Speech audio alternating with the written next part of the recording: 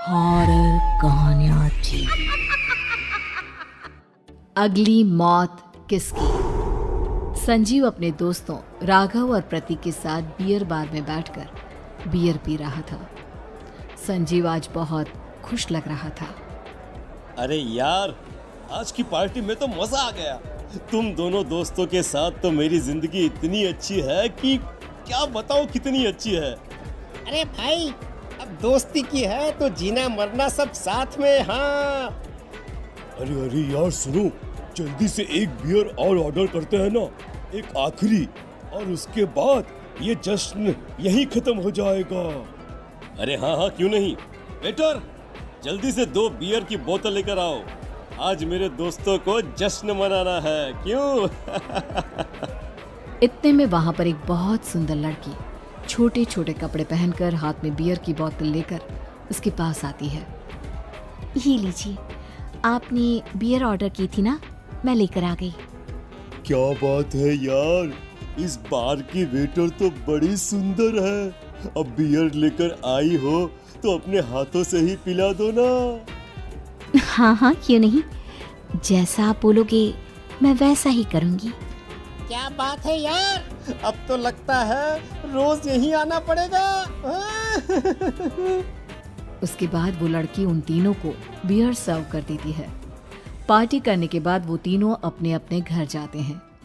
प्रतीक, संजीव और राघव को उनके घर छोड़कर जैसे ही अकेला अपनी कार में आकर बैठता है तो अचानक उसे एहसास होता है जैसे उसकी कार की पीछे वाली सीट पर कोई बैठा हुआ है। वो तुरंत पीछे मुड़कर देखता है। तुम यहाँ क्या कर रही हो? और तुम मेरी कार में कब आई? अरे तुम तो बार में वेटर थी ना। बस ऐसे ही मेरा दिल कर रहा था आपके साथ आपके घर चलने का, इसलिए मैं आपके साथ चली आई। अरे लेकिन तुम मेरी कार में आई कब? अभी कुछ देर पहले तो यहाँ पर मेरे दोस्त बैठे हुए थे। प्रतीक के इतना बोलते ही उस लड़के का चेहरा खतरनाक तरीके से बदल जाता है। उसकी आंखें पत्थर की तरह सफेद और पूरे शरीर पर नीली नीली नसें उभर आती है। गाड़ी चलाओ, पूरी स्पीड में चलाओ, और अगर तुमने गाड़ी रोकने की कोशिश भी की तो मुझसे बुरा कोई नहीं होगा। डर की वजह से प्रतीक के पसीने छूटने लगते हैं। उसका शरीर बुरी तरह से कांप रहा था। प्रतीक बिना कुछ सोचे समझे कार को फुल स्पीड से चलाना शुरू करता है। चलते चलते वो शहर से दूर एक पहाड़ी पर पहुंच जाता है और सामने अब सिर्फ पहाड़ी का किनारा दिख रहा है, जिसे देख प्रतीक घबराकर अचानक से कार को ब्रेक लगाता है।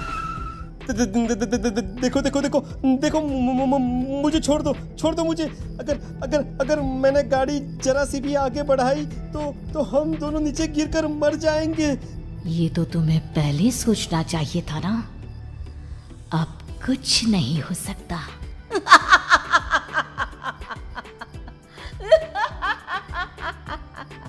छोड़ दो मुझे। नहीं प्लीज मुझे छोड़ दो। प्लीज मुझे जाने दो। छोड़ दो मुझे। गाड़ी आगे बढ़ाओ।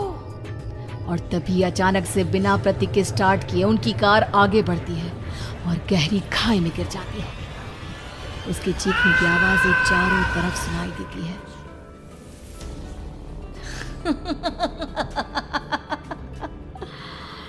तुझे मारकर मेरे कलेजे में जल रही आग को थोड़ी शांति तो मिल गई, लेकिन अभी ये कहानी खत्म नहीं हुई। और फिर अगले दिन राघव और संजीव को पता चलता है कि प्रतीक की पहाड़ी से नीचे गिरकर मौत हो गई। अरे कल रात की तो बात है यार, हम सब बैठकर पार्टी कर रहे थे, लेकिन मेरी एक बात समझ में नहीं आ रही। राघव शहर से इतना बाहर उस पहाड़ी पर इतनी रात को क्या करने गया था? अरे यार, वही सोचकर तो मैं भी परेशान हूँ। हम दोनों को छोड़ने के बाद तो वो सीधा अपने घर जाने वाला था, और वो आत्महत्या क्यों करेगा भाई? कल रात तक वो कितना खुश था, हमारे साथ सेलिब्रेट कर रहा था। हाँ, लेकिन पुलिस ने तो यही कहा है कि प्रतीक ने अपनी कार को जानबूझकर पहाड़ी से नीचे गिरा दिया और आत्महत्या कर ली।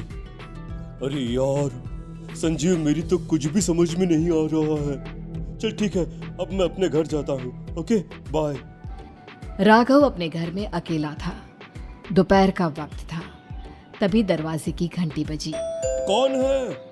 अरे 1 मिनट रुको, अभी आता हूँ। राघव ने जैसे ही दरवाजा खोला उसने देखा कि सामने एक बहुत खूबसूरत लड़की खड़ी हुई है। कौन है आप और यहाँ किससे मिलने आई है? देखिए ना, बाहर बारिश शुरू हो गई थी, मेरी गाड़ी खराब हो गई है। आपका घर नजर आया तो सोचा कुछ हेल्प ले लेती हूँ। क्यों नहीं, आइए ना, आइए आइए। मेरे कपड़े पूरे भीग चुके हैं, क्या आपके पास टॉवल मिलेगा प्लीज? राघव अपने बाथरूम से एक टॉवल लाकर उस लड़की को देता है।